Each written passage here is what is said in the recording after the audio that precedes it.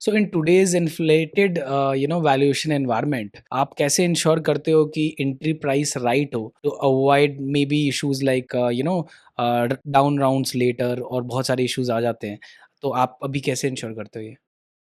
पहले तो एक मिथ है, valuation is a ventures valuation is a fair valuation. I don't think anyone in last 15 years have tried to fix it. The valuation of a early stage venture is not as fair valuation. I consider fair valuation where liquidity can be generated in cash.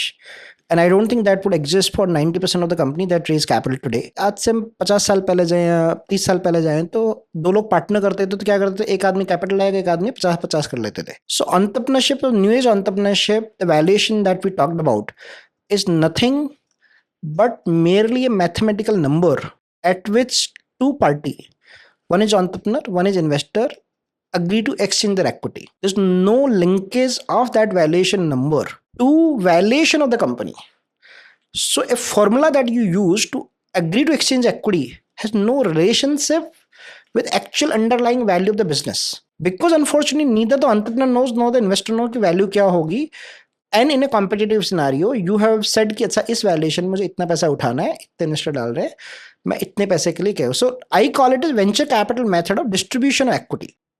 So valuation ideally should not be associated, and I hope we can coin a term. My term is valuation for exchange for equity.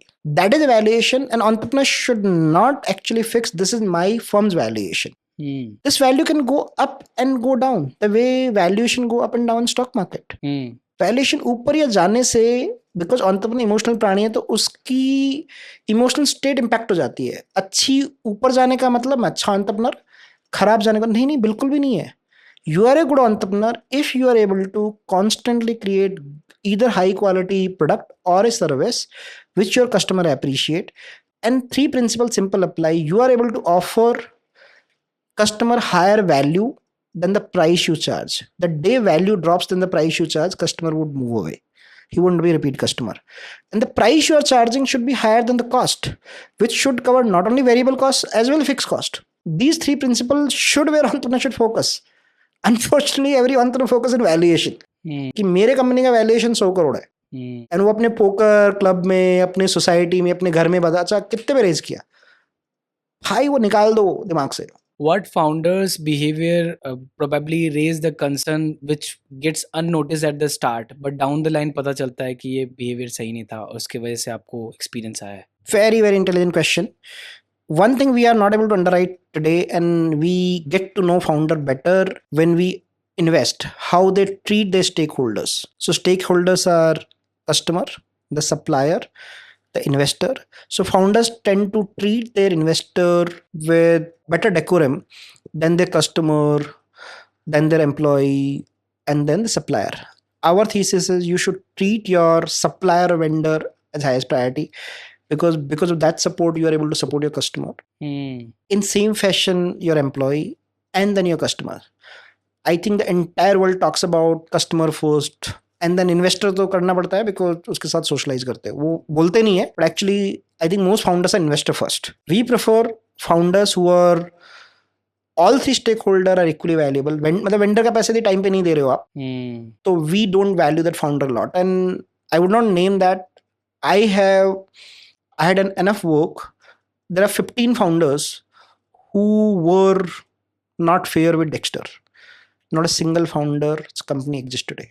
Absolutely right. मैंने भी काफ़ी सारे encounter किए हैं जहाँ पे मतलब supplier vendor के साथ उनका उतना मतलब वो पैसा रोक लेना, आराम से भेजना, फॉलो अप करना पड़ेगा, वो कंपनी ज़्यादा चलती नहीं है. Because that founder technically is trying to extract value out of his team members and his vendors and suppliers.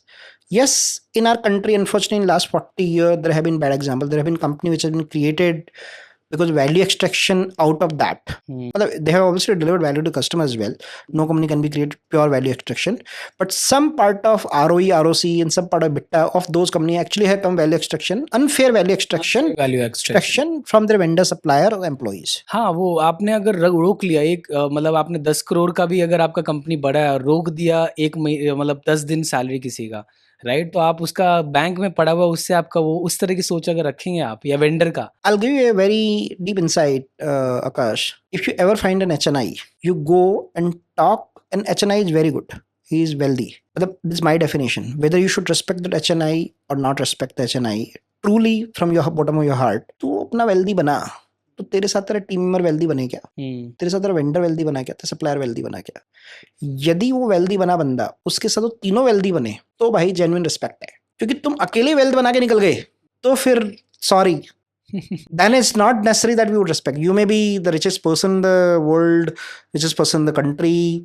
You need to ensure the people who are your stakeholders also become better off than what they were today. If you are exercising too much power extraction, either you'll fail, you might become wealthy because sometimes that continues. Because ultimately Porter's 5 forces wala law काम आ जाता है. But you're a better person if your team member are becoming wealthy, your supplier becoming wealthy, and your vendors are becoming wealthy as well. Wealthy means better off than they were.